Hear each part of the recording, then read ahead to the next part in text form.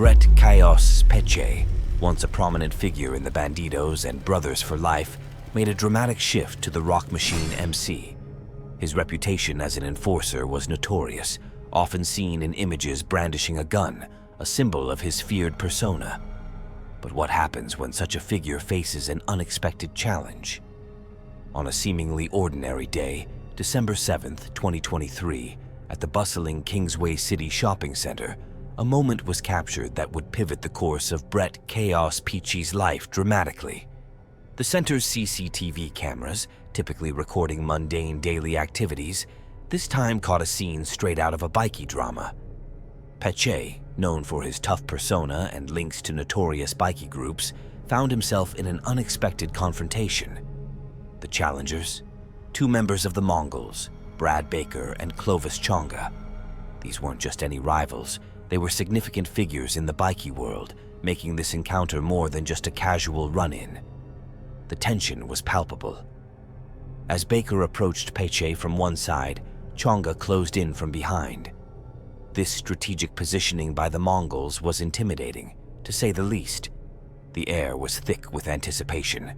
Onlookers might have expected a showdown, a display of the fearlessness Pechey was known for. But what unfolded next was startling.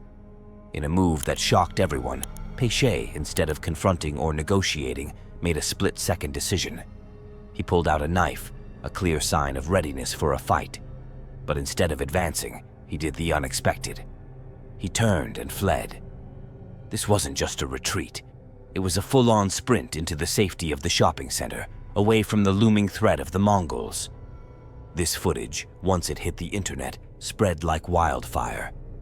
It wasn't just the act of running that caught people's attention, it was who was running. Brett Kaos Pechey, a man whose reputation was built on fearlessness and strength, was now seen in a completely different light. This viral video didn't just capture a moment of fear, it marked the beginning of a significant downfall for Pechey. It was a visual contradiction to the image he had so carefully curated, and it resonated far beyond the walls of the shopping center, into the realms of the bikie world and public perception. But how did the Rock Machine MC react to this display of retreat, especially from someone who portrayed himself as an unflinching enforcer? The answer lies in a decisive Facebook announcement. On January 3rd, 2024, the Rock Machine MC announced that their Perth and South Australia chapters were no longer part of their club. This was a big change, but the most important part of their announcement was about Brett Kaos Pechey. They said he was no longer a member and was in bad standing with the club. This decision came after a video went viral. In the video, Pechey was seen running away from a fight with members of the Mongols, another motorcycle club, at Kingsway City Shopping Center. For a club like Rock Machine MC, which is known for being tough, seeing one of their members run away from a fight was really embarrassing. Kicking out Pechey and saying the chapters he was part of were no longer recognized was a big statement. It showed that the club has strict rules about how its members should act. They want to keep a strong and fearless image, and Pechey's actions didn't fit that image. For Pechey, this meant he lost his place in the club, and it damaged his reputation in the world of motorcycle clubs, where being tough and respected is very important. Brett Kaos Pechey's life has been like a wild ride full of trouble and run-ins with the law, showing how much he was involved in the world of motorcycle gangs. Let's look at the Broad Beach Brawl in 2013. We're ready to start something.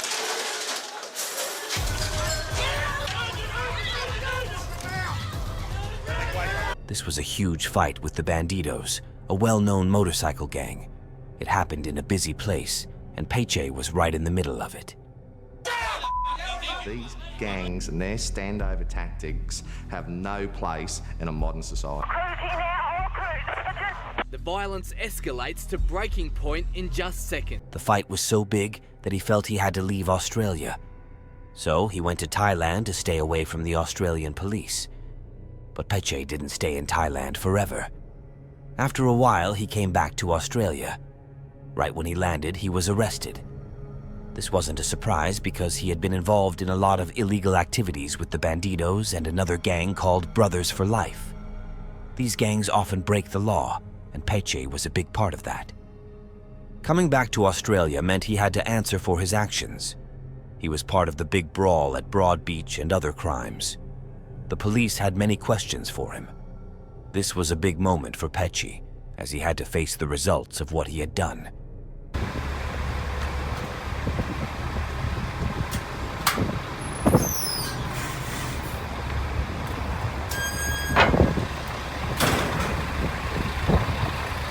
Being in the bikie world for Pechey wasn't just about being in a gang. It was a life full of danger and often doing illegal things. He was really into this world, and it influenced a lot of his life. His actions with the Bandidos and Brothers for Life showed he was more than just a member. He was a key person in these gangs. During his time with these gangs, Pechey got known as a tough guy. He wasn't scared of fighting or doing illegal things. But this kind of life also caused him a lot of problems.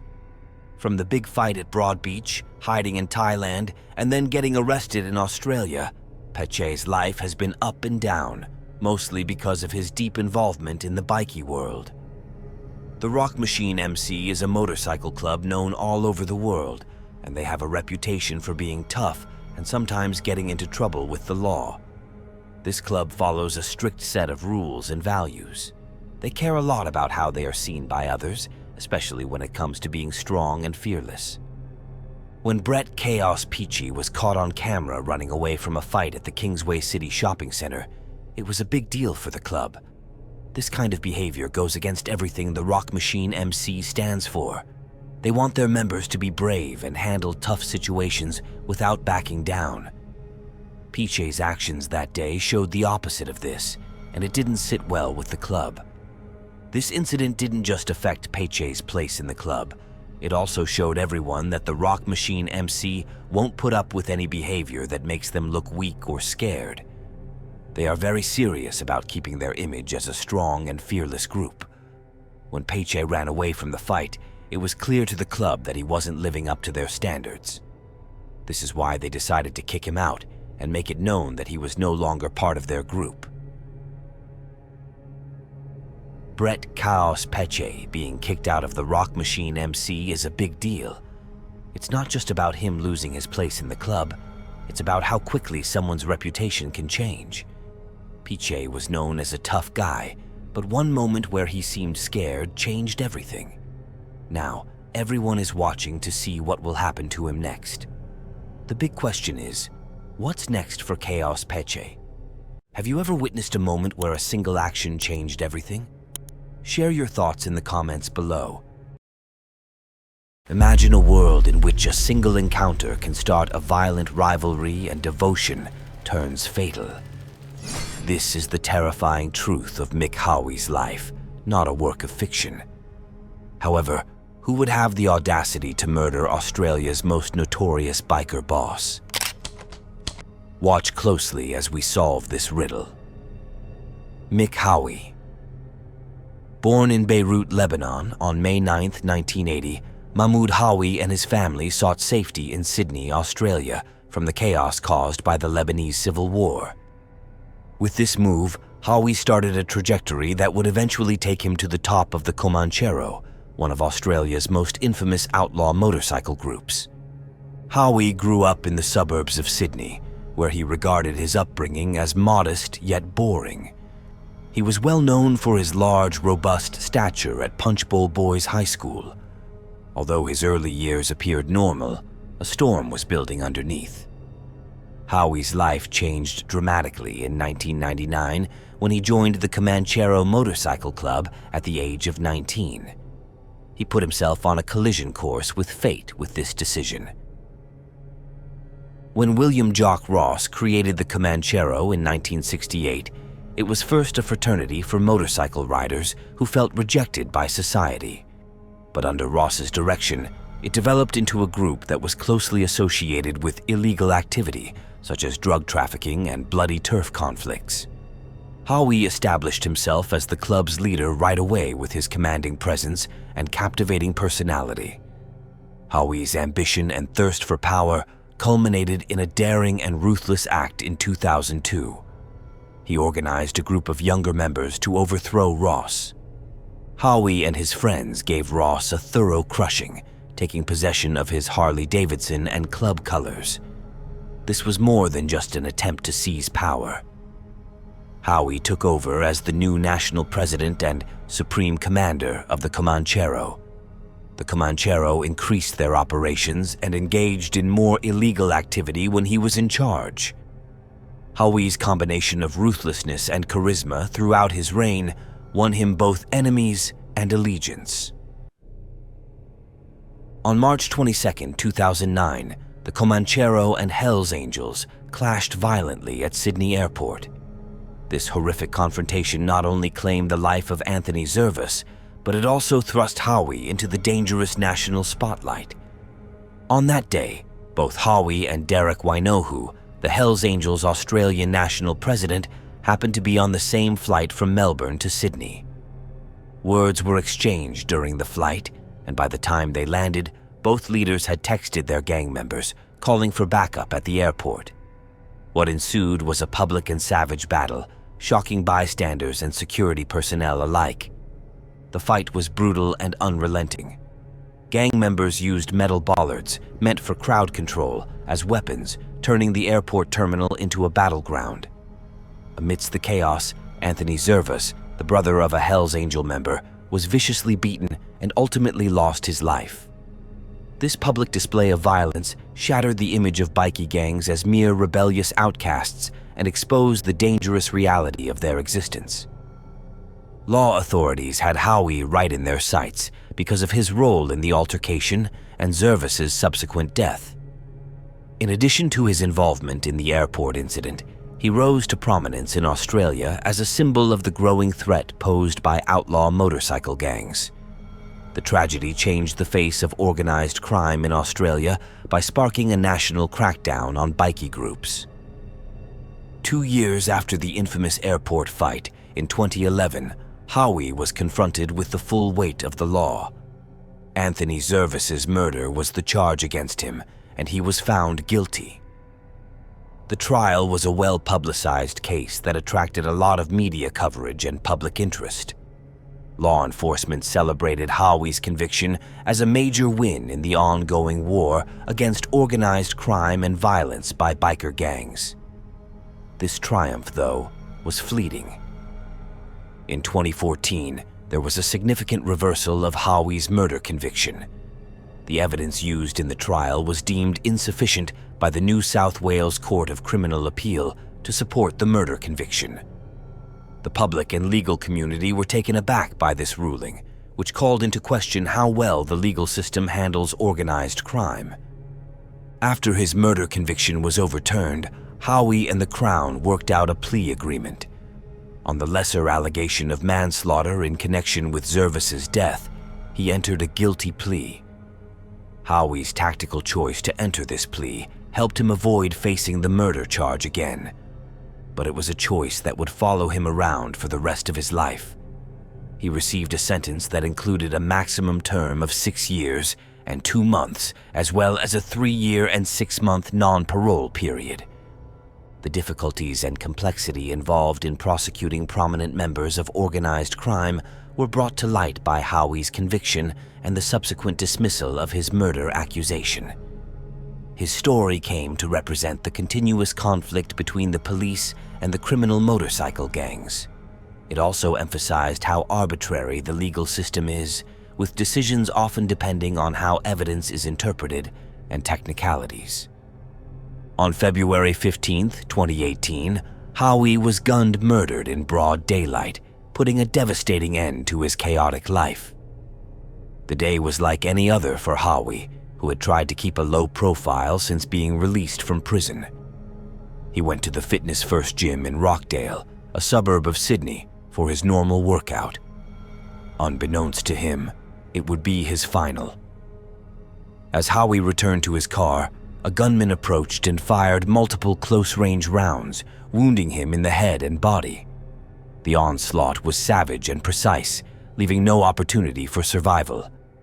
Bystanders and rescue personnel were racing to Howie's aid as the murder scene descended into chaos. The extent of his injuries was too severe for them to handle. After being taken to St. George Hospital in severe condition, Howie passed away from his wounds, leaving a violent and contentious legacy. The murder of Howie was the subject of a thorough inquiry. Important evidence was provided by local CCTV cameras, but the gunman's identity remained a mystery. There were several theories on the assassination's motivation. Was it a case of competing gangs exacting revenge, internal bikie politics, or something more intimate? Yusuf Nazlioglu, a former close friend and associate of Mick Howie, emerged as the main suspect in the intricate network of theories and suspects that characterized the inquiry into his assassination. Their formerly close relationship had soured over what appeared to be a minor incident during a fishing excursion. Following their falling out, there were rumors that Nazlioglu, feeling betrayed and degraded, may have sought the ultimate retribution. But the issue remained. Were there more sinister, deeper forces at work here? Or was this just a simple case of personal betrayal? In the months following of the incident, theories abound. There were conjectures that the homicide stemmed from internal conflict within the Comanchero organization. Rivals may have boiled beneath the surface due to power vacuums caused by Howie's leadership and subsequent exit from the team. Others wondered if rival gangs might have been involved, considering Howie's past and the Comancheros' tense connections with other biker factions. The world of biker politics is notoriously opaque and nuanced, making it challenging to identify a single incentive or offender. The real mastermind behind Howie's murder remained elusive despite protracted police investigations, a plethora of interviews, and the examination of CCTV material. With every explanation regarding the case being equally credible, it was a maze of possible reasons and suspects. The public and law enforcement were left with unanswered questions as a result of the lack of clear proof and definitive leads, which further served to deepen the mystery. The death of Mick Howie brought attention to the chaotic and often dangerous realm of criminal motorcycle gangs. It emphasized the fact that loyalty can mean the difference between life and death in this murky underworld, and that alliances are brittle. His murder remains unsolved, posing a gloomy reminder of the lawlessness and unpredictability of gang disputes to those who seek justice and closure. The real mastermind behind Howie's murder is still unknown despite in-depth investigations and prosecutions. Was it a gang feud, an internal power struggle within the Comancheros, or an act of revenge from a former friend? What do you believe to be the true reason behind the murder of Mick Howie? Post your ideas in the comments section below. Today, we will take you deep into the world of the Hells Angels, a notorious motorcycle club that's left an indelible mark on the annals of rebellion. Here are the stories of some of the most infamous Hells Angels members currently rotting behind bars. Have you ever wondered what's the most shocking crime committed by the Hells Angels? Meet the notorious Otis Garrett. His journey takes us back to the dark and tumultuous year of 1977, when the world was about to witness an unimaginable series of events that would send shockwaves far beyond the borders of San Francisco and Oregon. At the heart of this chilling saga stands Otis Garrett, an ex-president of the Hells Angels Vallejo wing, whose name would become synonymous with terror and infamy. The summer of 1977 began like any other, with people going about their lives, unaware of the gruesome fate that awaited some unfortunate souls. In a nondescript suburban neighborhood, 2 young lives were brutally snuffed out, leaving behind a trail of unanswered questions and unspeakable horror. Among the victims was 24-year-old Margot Compton, a young woman with dreams and aspirations that would never be realized. The other victim, a mere 19 years old, was Gary Sessler, whose life was also cruelly cut short in the prime of youth. But tragically, this sinister tale did not end with their deaths. What makes this crime particularly chilling is not just the brutality of the killings themselves, but the fact that these murders were only the tip of the iceberg. In addition to Margot and Gary, the victims included 6-year-old twins. Their story, or rather, their heart-wrenching fate, would haunt the investigators for nearly 2 decades. As the investigators delved deeper into the crime scene, they discovered the horrific details of that fateful day. The 2 young girls, dressed in matching orange and yellow striped swimsuits, were found lying lifeless on the floor, covered with a blood-splattered bedspread. Their innocent eyes were forever closed, and their 2 favorite teddy bears lay at their sides as if offering some form of comfort in the face of unimaginable terror. The most haunting detail, perhaps, was that each of the girls had one precisely placed .22 caliber bullet hole behind their left ear.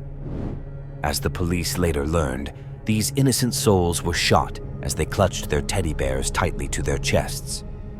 Their mother, Margot Compton, was held pinned and forced to watch this unthinkable act of cruelty unfold before her very eyes.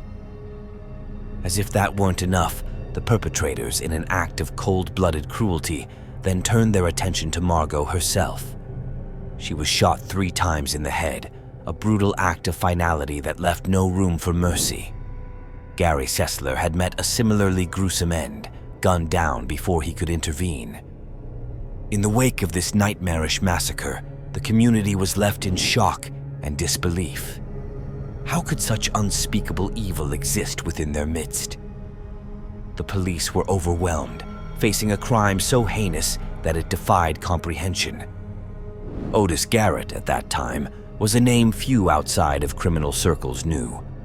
However, he was soon to become infamous, not only for the chilling murders, but for the reign of terror he would unleash upon the world.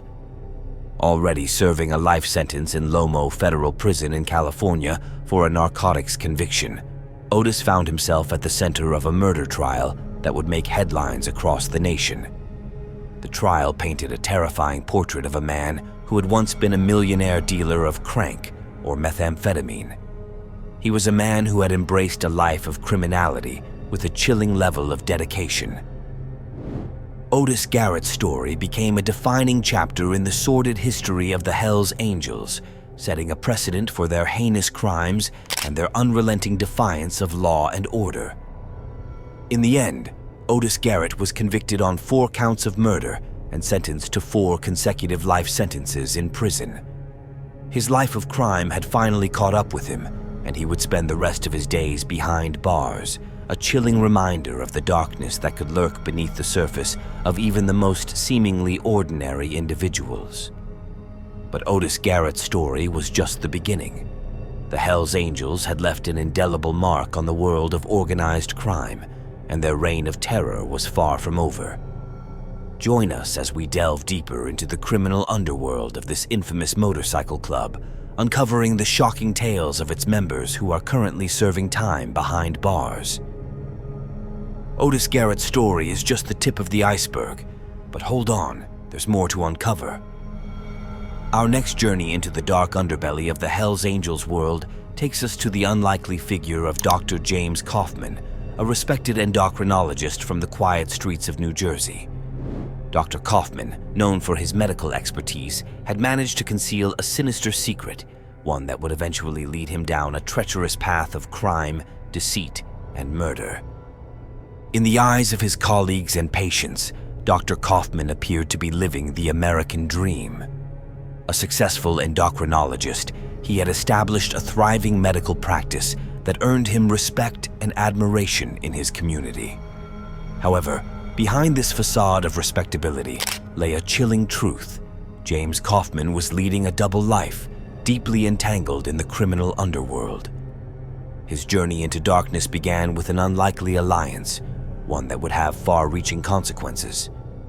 Dr. Kaufman, it turns out, had joined forces with a member of the notorious Hells Angels motorcycle gang. His partner in crime? None other than his wife, April Kaufman. April Kaufman was not just any ordinary spouse. She was a renowned radio host and a fervent supporter of veterans' rights. Little did she know that her husband had a sinister side, one that would ultimately shatter their lives and their marriage. The cracks in their seemingly perfect life began to surface when April discovered James's involvement in an illegal drug trade. Shocked and betrayed, she decided that the only way out of this dark alliance was to divorce her husband. Little did she know that this decision would set off a chain of events that would lead to a shocking and brutal murder. In 2012, tragedy struck the Kaufman household. April Kaufman was found brutally murdered in their home. Her death sent shockwaves through the community and left investigators baffled. Was this a mere coincidence, a tragic turn of events in an already tumultuous relationship, or something far more sinister? As investigators delved deeper into the case, a chilling truth began to emerge. Dr. James Kaufman's ties to the Hells Angels and pagan motorcycle clubs were no longer a secret. The criminal underbelly that he had concealed for so long was exposed for all to see. Suddenly, this seemingly ordinary doctor found himself at the center of a high-profile murder investigation. The charges against Dr. Kaufman were nothing short of shocking. He stood accused of a range of crimes, including murder and racketeering. The evidence against him painted a chilling portrait of a man who had embraced the criminal lifestyle with a shocking degree of dedication. The trial of Dr. James Kaufman gained not only national, but also international attention. It was a case that portrayed a respected doctor as an infamous criminal, a man who had betrayed the trust of his patients, his community, and his own family. As the evidence mounted and the courtroom drama unfolded, it became clear that Dr. Kaufman's life was spiraling out of control. He was facing charges of racketeering, drug dealing, and first-degree murder, a combination that seemed destined to lead to a lengthy prison sentence. But Dr. Kaufman had other plans. As he awaited trial in 2018, he chose a shocking and tragic path. In a final act of defiance or desperation, he took his own life, leaving behind a 6-page suicide note. On that note, he claimed his innocence, a declaration that would haunt those who had followed his story.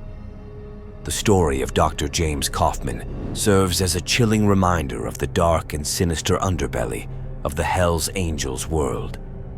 It's a tale of a man who had it all: success, respect, and a promising future, but who chose to embrace a life of crime, ultimately leading to his downfall and a shocking tragedy that would forever scar his community.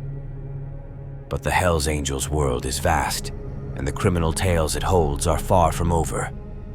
Join us as we continue our journey into the lives of some of the most notorious Hells Angels members currently serving time behind bars, each with their dark and haunting story. Today, we delve into the riveting and dark tale of Randy Jorger, a name that sends chills down the spines of those familiar with the Hells Angels world. Known as Mad, Randy Jorger's journey into infamy was nothing short of a symphony of rebellion, violence, and criminal prowess.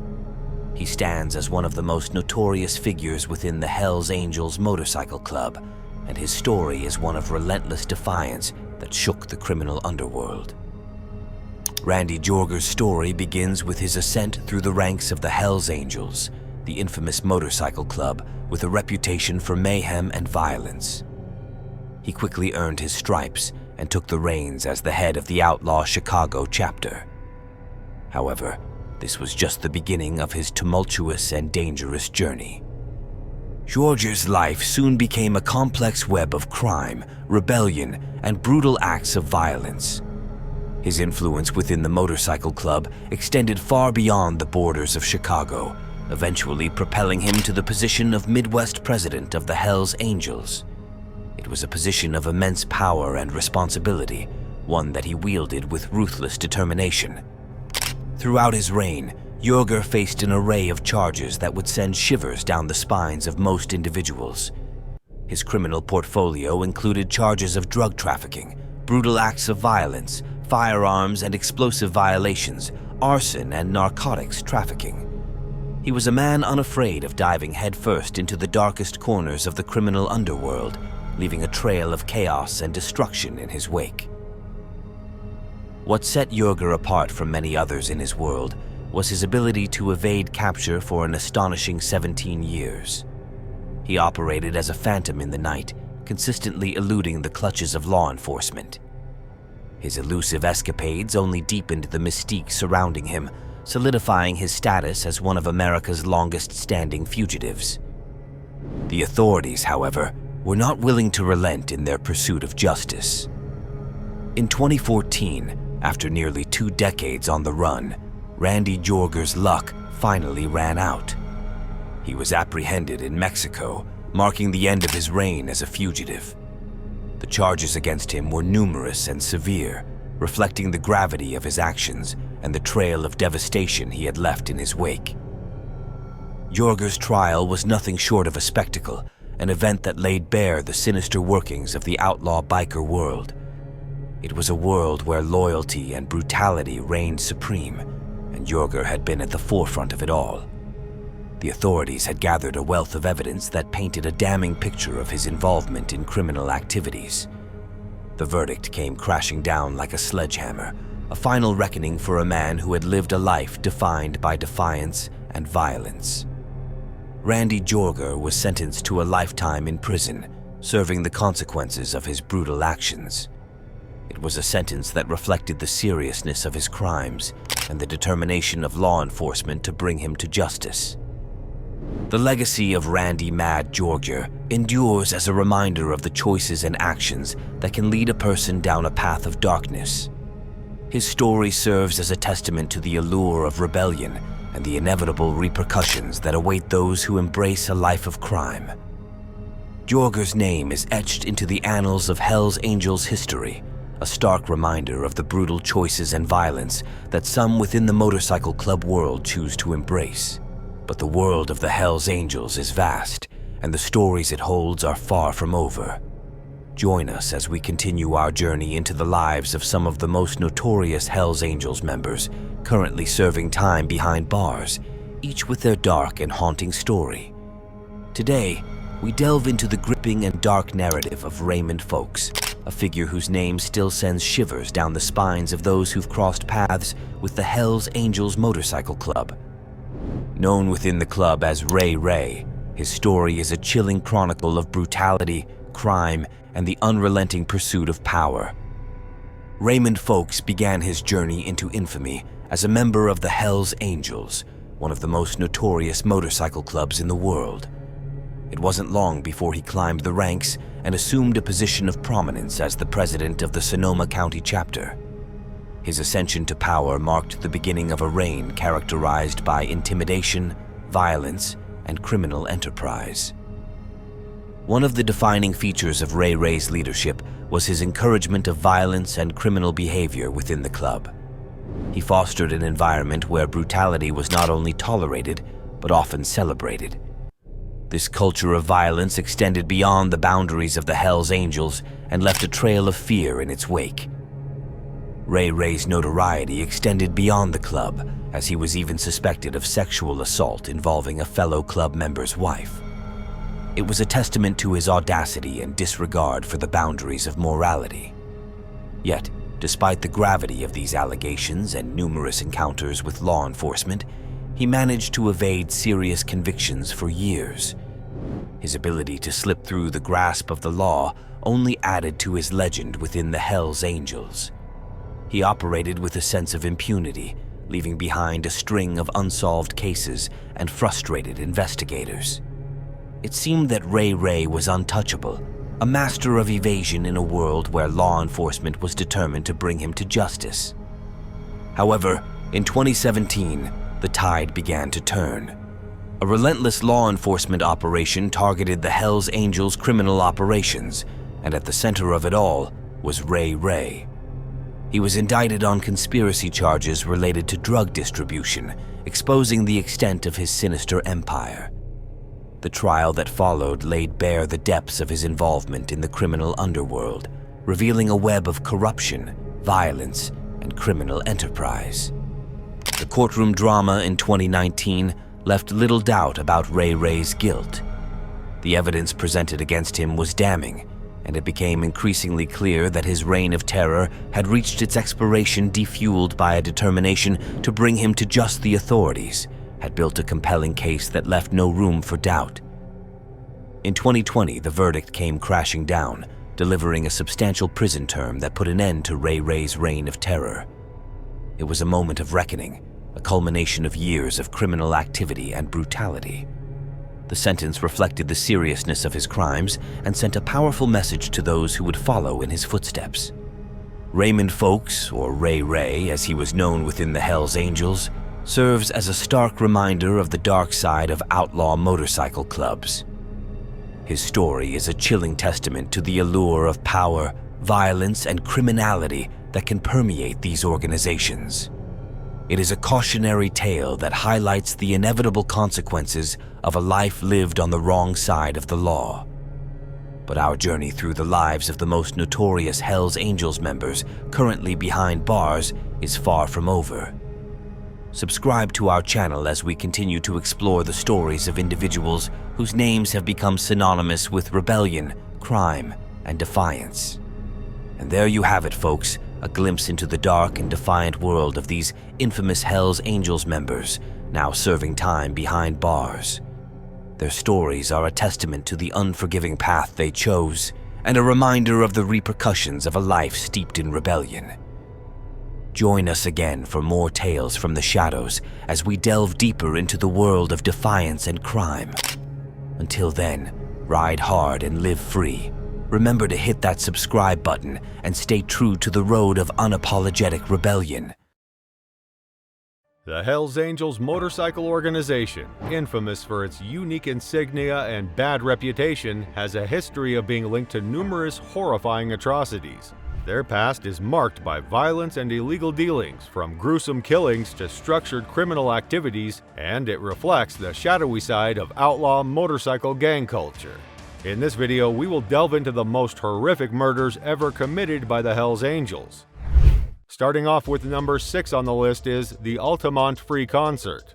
The Altamont Free Concert, which took place on December 6, 1969, was meant to be a historic occasion signifying the end of the counterculture movement of the 1960s.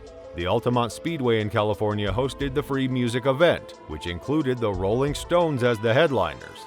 The concert, however, ended up being a tragic, chaotic incident that opened a new chapter in the history of rock music. Organization and security were issues that were raised early on. The Rolling Stones engaged the Hells Angels motorcycle organization to serve as security in an effort to surpass the popularity of the Woodstock concert. Unfortunately, this choice would have serious repercussions. As the concert went on, it became clear that the crowd was rowdy and that the Hells Angels were unprepared due to their use of narcotics and alcohol. A young African-American man named Meredith Hunter was spotted with a gun close to the stage when the Stones were performing. Hunter was ambushed and repeatedly stabbed by Alan Pissarro, a member of the Hells Angels who was employed as security. The incident, which was caught on camera, revealed the savage act of violence in the midst of the concert's mayhem. Hunter succumbed to his injuries, and his passing served as a metaphor for the counterculture movement's sinister undercurrents. The Altamont Free Concert came to stand for the terrible conclusion to the 1960s peace and love philosophy. The risks of unbridled violence and drug abuse within the counterculture movement were made clear. The incident had a significant effect on the music business and prompted a review of crowd control and security procedures at concerts. The Altamont Free Concert acts as a somber reminder of the possible outcomes when things go wrong. Coming in at number 5 on the list is Nancy Spungen. On October 12, 1971, an event involving Mick Jagger's girlfriend, Nancy Spungen, occurred and was the subject of debate and rumors. Nancy Spungen, an American with a difficult past and connections to the punk rock movement, was discovered dead in a hotel bathroom in London. At the time, Nancy Spungen was Jerry Hall's girlfriend. Jerry Hall had previously served as Mick Jagger's bodyguard. Her death circumstances are still up for discussion and speculation. According to accounts, Spungen had a history of drug use and erratic behavior, and her relationship with her lover was rumored to be troubled. Having stayed in the hotel room next to Spungen's, Hells Angels motorcycle club member Tom Klein became involved in the investigation. Klein was first accused of killing her and put on trial for the crime. He was finally found not guilty owing to a lack of evidence, though. The precise circumstances behind Spungen's death are still a mystery, and the case is still open. Over the years, speculation and other ideas have surfaced, with some contending that she was murdered as a result of a failed robbery attempt or a drug-fueled altercation. Due to Nancy Spungeon's connections to the punk and rock music sectors and her friendship with Mick Jagger's former bodyguard, the case of her death continues to pique public interest. Her death's circumstances continue to be a terrible and puzzling episode in music history. Moving on to number 4 in the list is Mick Howie. On February 15, 2009, in Sydney, Australia, Mick Howie, a well-known figure in the criminal underground and the previous national head of the Comancheros motorcycle gang, was murdered. The Hells Angels and the Comancheros, two opposing motorcycle clubs, were engaged in a bloody feud at the time of the occurrence. For a while, there had been an increase in the number of violent altercations and tit-for-tat assaults between the Hells Angels and the Comancheros. Howie, who was well known for his charismatic leadership, was viewed as a key figure among the Comancheros and had contributed significantly to their activities. On that fatal day, a group of armed, masked men accosted Howie as he was leaving a gym in the southern suburbs of Sydney. Howie was shot multiple times by the perpetrators, who then fled the scene in a stolen getaway car after badly injuring him. Howie was taken to the hospital in a hurry, but he passed away from his wounds shortly after. His murder highlighted the ongoing conflicts between the motorcycle clubs and sent shockwaves across the criminal underworld. It also garnered a lot of media coverage. Several people thought to have been engaged in the attack were identified and apprehended as a result of the inquiry into Howie's murder. 2 men were accused of killing him in 2013. They received a life sentence after being found guilty in 2018. Mick Howie's murder brought to light the fierce rivalry between motorcycle clubs in Australia and their considerable power within the criminal underworld. It served as a warning about the perils of organized crime and the potential for fatal outcomes in these disputes. Stepping on to number 3 in the list is Anthony Benesch. The murder of Anthony Benesch, which happened on March 18, 2006 in Austin, Texas, was associated with a bloody conflict between the Hells Angels and the Bandidos, two opposing motorcycle organizations. Dominic Benesch was affiliated with the Hells Angels, while Anthony Benesch belonged to the Bandidos motorcycle gang. For years, there had been a growing hostility between the two clubs, highlighted by altercations and territory disputes. The Benesch brothers were caught in the middle of this acrimonious conflict. Anthony and Dominic Benesch were in attendance at a meeting of the Texas Confederation of Clubs and Independents, a confederation of motorcycle clubs that advocates for biker rights, the night of the incident. Anthony Benesch was shot and killed in what appears to have been an ambush as they were leaving the meeting. Richard Merla, a member of the Hells Angels who was on a mission to assassinate members of rival gangs, committed the murder. Alongside his brother, Dominic Benesch was able to make a safe getaway. The murder of Anthony Benesch shocked the Texas motorcycle club scene and heightened hostilities between the Bandidos and the Hells Angels. Coming in at number 2 on our list is Dino Big D Haney. On April 27, 2002, Dino Big D Haney was involved in an incident that happened during the Laughlin River Run, a motorbike rally that took place in Laughlin, Nevada. Although the specifics of Haney's killing are not well known, it is known that there was a violent altercation between the Hells Angels and the Mongols Motorcycle Club. Dino Big D Haney, a member of the Mongols Motorcycle Club, was slain in the altercation by a Hells Angel. The fight was a part of a protracted conflict between the two infamous outlaw motorcycle groups. At the gathering, the gunshot caused chaos and panic, causing participants to flee for cover and law enforcement officials to hurry to the area to regain control. The episode heightened hostilities between the Hells Angels and the Mongols, inspiring other acts of violence and vengeance in the years that followed. Moving forward to number 1 in the list is the murder of Jeffrey Jethro Pettigrew. On September 23, 2011, Jeffrey Jethro Pettigrew was killed at a motorbike show in Sparks, Nevada. The Hells Angels Motorcycle Club's San Jose branch was presided over by Pettigrew. The Hells Angels and the Vagos motorcycle gang had been at odds for quite a while when the event happened. Members of the Hells Angels and the Vagos got into a fight during the expo. Pettigrew was shot numerous times while he was standing close to the Nugget Hotel Casino's entrance, owned by John Asquaga. The shooting caused a chaotic scene as everyone ran for cover and law enforcement arrived quickly. The shooter who killed Pettigrew was identified as Vagos Motorcycle Club member Ernesto Manuel Gonzalez. Gonzalez was promptly detained and charged, among other things, with first-degree murder. The murder of Pettigrew increased hostilities between the Hells Angels and the Vagos, sparking reprisal attacks and an uptick in violence. The incident increased scrutiny of outlaw motorcycle organizations' operations and attendance at public events. The murder of Jeffrey Jethro Pettigrew brought attention to the risks and drawbacks of conflicts and rivalries between motorcycle organizations. It highlighted the likelihood of violence and the tremendous effects it might have on the people and communities affected by these conflicts. So these were some of the most horrific murders that took place in the history of the Hells Angels. Which one did you find the most horrific? Do let us know in the comments below. Let's witness the high-stakes drama develop in the courtroom as it pertains to the Hells Angels Motorcycle Club. In this video, we will go through the most crazy events that have left the court system in wonder. What happens behind the closed doors of the courtroom between the explosive testimony and the courageous defense? Let's check out 3 such cases. Third on the list is 67-year-old Richard DeVries. There was reasonable suspicion that violence had occurred. This chaos occurred over the Memorial Day weekend on the busy highway US 95. A gun battle broke out between the Hells Angels and Vagos. Despair set in. After 6 injuries, the road was shut down for several hours. The killing is being investigated as possible retaliation for another homicide in California. More people involved in this tragic confrontation were indicted on September 23rd. There were some hang-arounds who wanted to join the group, and their names were Aaron Chun, Ryan Malasco, and Ronerick Padilla. Also discussed was former prospect turned Hells Angels Taylor Rodriguez. The famous Cameron Trike was there. Malasco's injury from the shootout was revealed in court documents. Cases in court tend to raise tension. The guilty parties, Stephen Allo, Russell Smith, Chun, Padilla, and Trike, all received just punishments. In a vehement argument against it, DeVries' lawyer questioned the justice of reducing bail.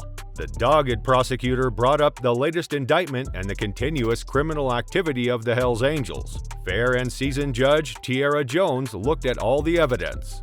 The discovery by Henderson police of 2 unattended motorcycles in a parking lot shifted the focus of the inquiry. They discovered signs of violence, including bullet holes and blood on one of the bikes. The temporary license plate clearly indicated that one motorcycle belonged to Malasco and the other to Smith.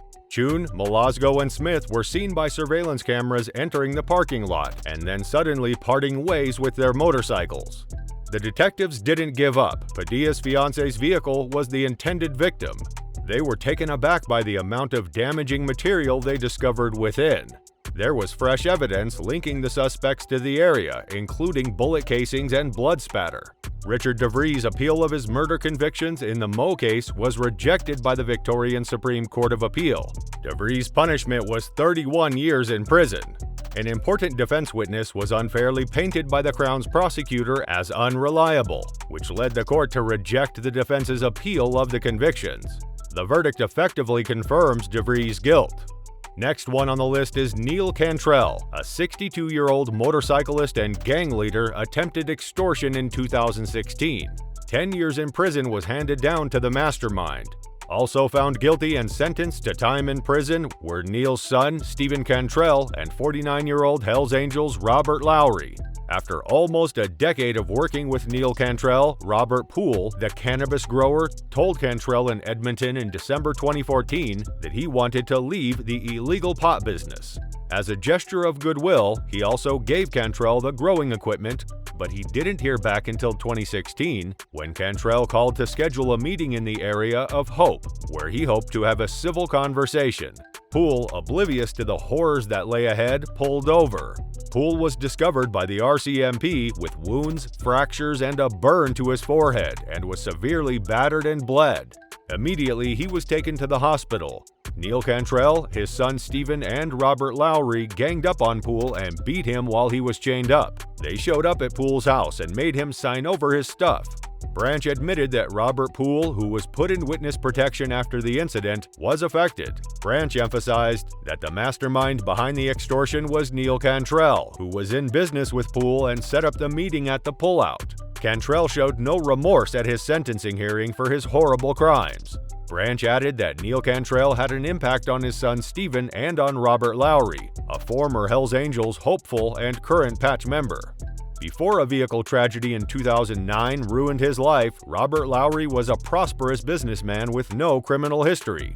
The judge referred to him as the muscle of the extortion ring. Before moving further, answer a question. Would you be involved in 500 kilograms of drug dealing if you got a chance? Well, the next one on the list is going to blow your mind, as he executed this under the police officer's nose for several years. In the top spot, we have Emery Martin.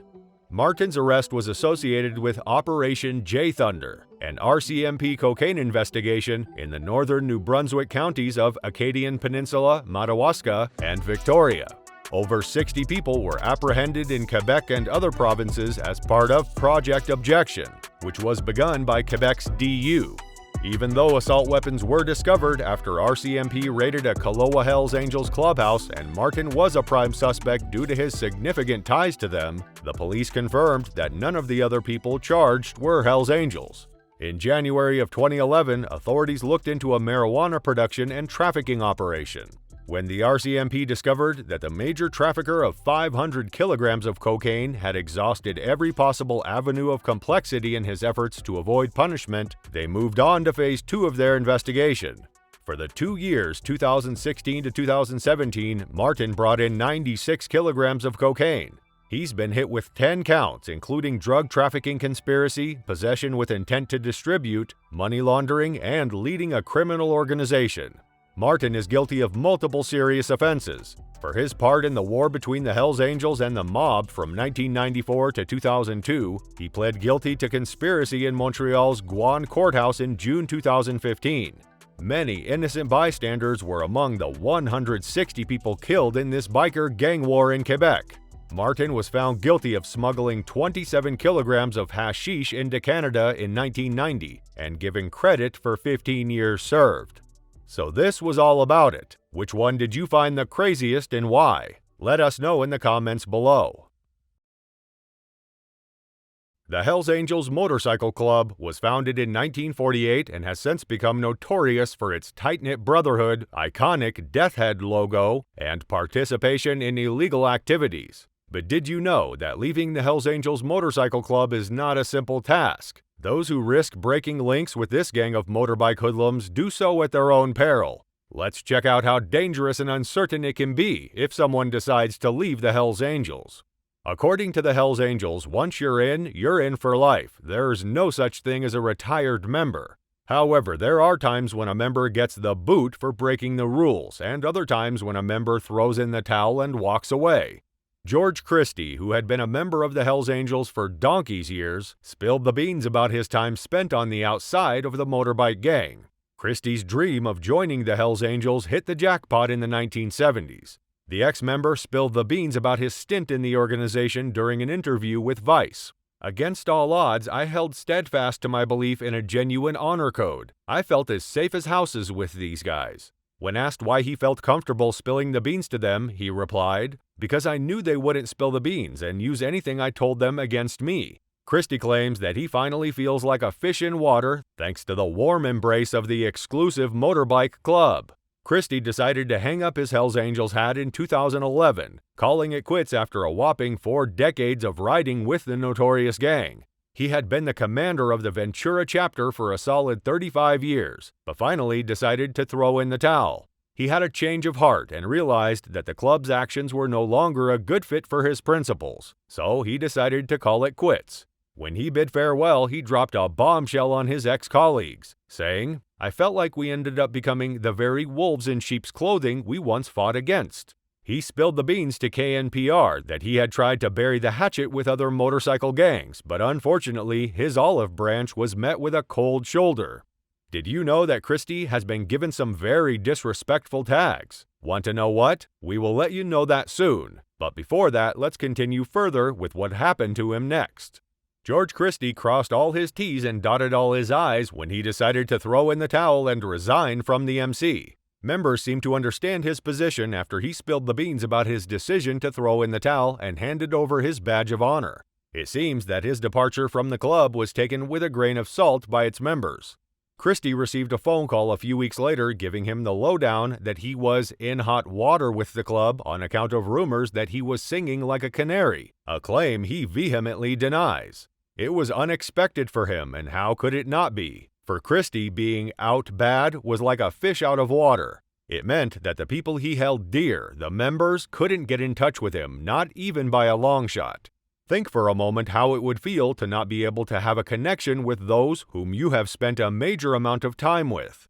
Leaving the club, he said, was like splitting up the band. At first, everybody tried to see eye to eye. My friends and family were disappointed by my choice, but they swallowed their pride and bit the bullet.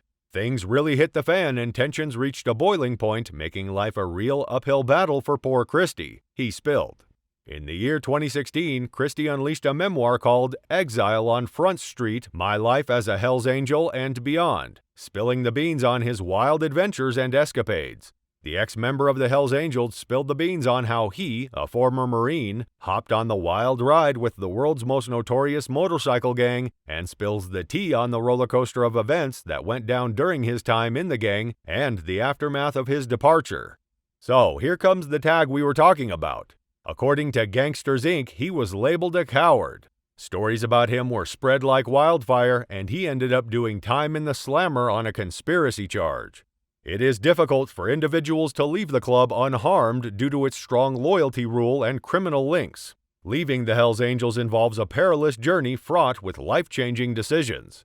So, would you still like to be a member of this gang? Well, if you're not sure, be ready to face the consequences once you leave. Also, do not forget to share your opinions in the comments below.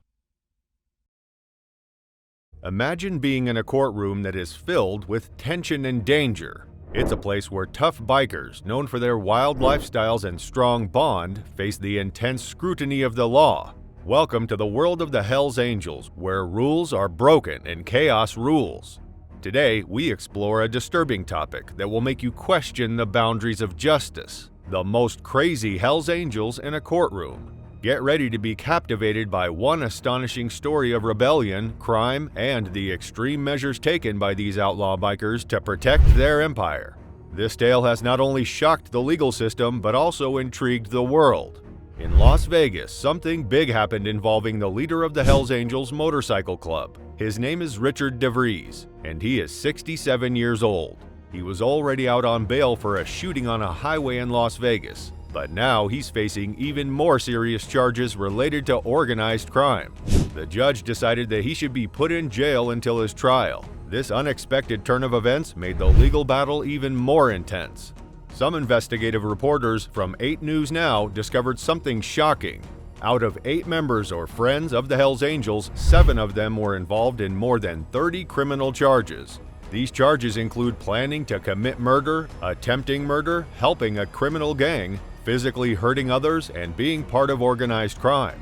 The evidence against them was strong and painted a dark and scary picture of their alleged violent actions. The incident that caused all this chaos happened on a busy road called US 95 during the Memorial Day weekend. The Hells Angels and their rivals, the Vagos, got into a fight and started shooting at each other. This caused a lot of chaos and panic. 6 people got hurt and the traffic on the road came to a standstill. The prosecutors think that the shootout might have been a result of a previous murder in California, making it a dangerous cycle of revenge. On September 23rd, new information came to light through an indictment, revealing more people involved in this intense conflict. Among them were Aaron Chun, who was hoping to join the club, and 2 friends named Ryan Malasco and Ronerick Padilla, who were known as hangarounds and spent time with the club. Taylor Rodriguez was another person mentioned, as he started as a prospect and later became a full member of the Hells Angels. Cameron Trike, an established member, was also involved. Surprisingly, it was revealed in court documents that Malasco himself had been injured in the shootout, adding another layer of intrigue to the unfolding drama. As the legal proceedings continued, the courtroom became filled with intense emotions. Stephen Allo, Russell Smith, Chun, Padilla, and Trike all faced the weight of the crimes they were accused of. DeVries' lawyer passionately argued against changing the conditions of his bail, questioning their fairness. The determined prosecutor countered by pointing out the new indictment and the ongoing criminal activities of the Hells Angels. Judge Tierra Jones, a fair and experienced judge, carefully listened to all the arguments presented. She temporarily lifted the bail restriction that prevented communication between the defendants and other Hells Angels members, causing an air of anticipation in the courtroom. Judge Jones, known for her attention to detail, stressed the need for specific names and details before making her final decision. The room held its breath, eagerly waiting for her verdict. The investigation took a surprising twist when the Henderson police found 2 abandoned motorcycles in a parking lot. As they looked closer, they noticed bullet holes and blood stains on one of the bikes, showing that a violent incident had occurred. It was interesting to discover that the temporary permit tag on one of the motorcycles belonged to Malasgo, while the other was linked to Smith. Surveillance cameras recorded Chun, Malasgo, and Smith entering the parking lot together and later separating from their motorcycles in a dramatic manner. The determined police officers continued their search for the truth. They turned their attention to a car connected to Padilla's girlfriend. To their astonishment, they found a significant amount of incriminating evidence inside. There were bullets and blood, like pieces of a disturbing puzzle, further proving the connection between the accused individuals and the location of the crime.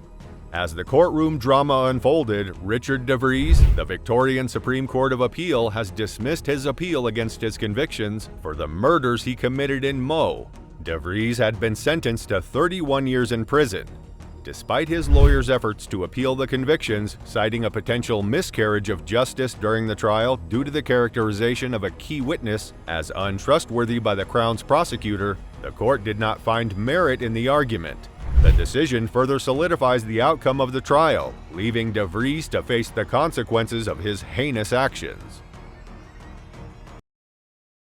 She never forgave Sonny Barger for what he did on set of Sons of Anarchy. Sonny Barger, the infamous co-founder of the Hells Angels Motorcycle Club, author, former convict, and occasional actor on Sons of Anarchy, holds a place in history as one of the most notorious criminals of all time. His presence on the set of Sons of Anarchy added a layer of authenticity to the gritty portrayal of outlaw motorcycle clubs. The show, which aired from 2008 to 2014, drew inspiration from real-life motorcycle clubs and figures in the outlaw biker culture, with Sonny Barger serving as a significant reference point for the creators. Ralph Hubert Barger was born on October 8, 1938. Sonny Barger's life journey unfolded against the backdrop of the evolving American counterculture. Growing up in Modesto, California, Sonny developed a rebellious spirit early on. Little did he know that this spirit would lead him to become a central figure in the notorious Hells Angels Motorcycle Club, forever leaving an indelible mark on the pages of outlaw history. In the tumultuous era of the 1950s, the Hells Angels emerged as a symbol of rebellion and nonconformity, challenging societal norms. Sonny Barger's initiation into the club marked the beginning of a wild ride through the world of outlaw bikers. The camaraderie, freedom, and adrenaline-fueled lifestyle became the cornerstone of his identity as he rode alongside like-minded individuals who thrived on the edge of society. Sonny's charisma and leadership qualities soon elevated him to a position of prominence within the Hells Angels. As one of the founding members, he played a pivotal role in shaping the club's ethos and traditions. The outlaw biker community became his extended family, forging bonds that would endure through the highs and lows of a life dedicated to the open road. Fast forward to the 21st century, and Sonny Barger's influence echoes through popular culture, particularly in the realm of television. The hit series Sons of Anarchy, created by Kurt Sutter, drew inspiration from the raw, unfiltered experiences of outlaw motorcycle clubs. Sons of Anarchy, spanning 6 seasons, emerged as one of the most intense and highly rated shows in television history. It provided viewers with a raw portrayal of an outlaw motorcycle club called the Sons of Anarchy Motorcycle Club Redwood Original, Sam Crow. The series focused on the lives of its fictional characters, but drew inspiration from real-life motorcycle clubs and historical figures, with Sonny Barger's legacy contributing to its success. Barger, a key figure in the public perception of the Hells Angels, co-founded the club's Oakland, California chapter. As a prolific writer, he authored 6 books, including his autobiography, Hells Angel, The Life and Times of Sonny Barger, where he blamed the Rolling Stones for the disastrous Altamont concert in 1969. The concert, for which Hell's Angels were hired for security, resulted in violence and the death of a fan named Meredith Hunter. Sons of Anarchy led viewers on an adrenaline-fueled journey into the world of the Outlaw Motorcycle Club, exploring themes of loyalty, brotherhood, and the consequences of a life lived outside societal norms. The series depicted drug smuggling, weapons trafficking, prostitution, and extreme violence, providing a captivating look into the gritty realms of club life. In an effort to ensure realism, Sons of Anarchy enlisted real-life Hells Angels Motorcycle Club members as consultants and cast members. David LaBrava, a genuine Hells Angels member, stood out among the cast, initially hired as a technical advisor and later portraying Happy Elman, the club's sergeant-at-arms. Other members, such as Rusty Coons and Chuck Zito, also brought authenticity to their roles, contributing both acting skills and expertise in motorcycle craftsmanship. While Sonny Barger's involvement in Sons of Anarchy added authenticity, it also sparked controversy. Some critics argued that glorifying real-life outlaw motorcycle clubs, especially considering their involvement in criminal activities, might romanticize and normalize behaviors with harmful consequences in society. Barger's association with the Hells Angels, an organization with a controversial history, raised ethical concerns about collaborating with individuals linked to criminal involvement. Kurt Sutter, the creator of Sons of Anarchy, even took on the role of Big Otto Delaney, a character subjected to brutalization throughout the series. Sutter's decision to play the role himself was influenced by a desire to shield other actors from challenging scenes.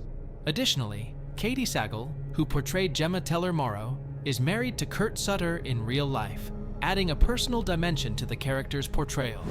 The show drew inspiration from Shakespeare's Hamlet, creating a narrative that mirrored the tragic elements of the classic play. Real Hells Angels members served as advisors during filming, and the series incorporated genuine aspects of club life, politics, and conflicts into the storyline. Despite its success, Sons of Anarchy faced challenges, including intense heat on set, actors wielding real firearms, and occasional controversies, such as accidental spoilers due to the early release of an official guidebook. However, the passionate fan base demonstrated unwavering dedication, showcasing the lasting impact of Sam Crow's Wild Ride. Sons of Anarchy's legacy continued with spin-offs like Mayan's MC, focusing on Mayan's prospect EZ Reyes and his journey near the Mexican border, keeping the legacy alive. Sonny Barger's influence on the Hells Angels remains significant, as he played a pivotal role in the formation and history of the motorcycle club. Sonny Barger's life was marked by adventure, defiance, and a commitment to the outlaw biker lifestyle. He faced health problems like cancer, but his wife Zorana stood by him until his passing in 2022, at the age of 83. Zorana, who had an exciting life in Los Angeles for 65 years, played an essential role in Sonny's later years. They got married in 2005 and shared 18 years of adventures with motorcycles. While Sonny Barger's life is well documented, Zorana kept her private life secret. She didn't talk much about her childhood or family. Zorana became known not for her individual actions, but because she married the famous Sonny Barger, a significant figure in the Hells Angels Motorcycle Club. The portrayal of Sonny Barger in Sons of Anarchy added both authenticity and controversy to the series. As a real-life figure associated with a controversial subculture, opinions on him vary. Some see him as a charismatic leader and a symbol of freedom, while others view him as a symbol of outlaw behavior and criminal activity associated with certain motorcycle clubs. Sonny Barger's legacy remains significant in the Hells Angels, as he played a central role in shaping the club's identity and contributing to the outlaw biker culture. His life, filled with adventure and defiance, serves as a symbol of untamed freedom and the indomitable spirit of the open road. Whether celebrated or criticized, Sonny Barger's impact on television history and outlaw motorcycle culture is undeniable. Ladies and gentlemen, bikers and enthusiasts, as we bring another thrilling episode to a close, I want to express my deepest gratitude for joining us on this incredible ride.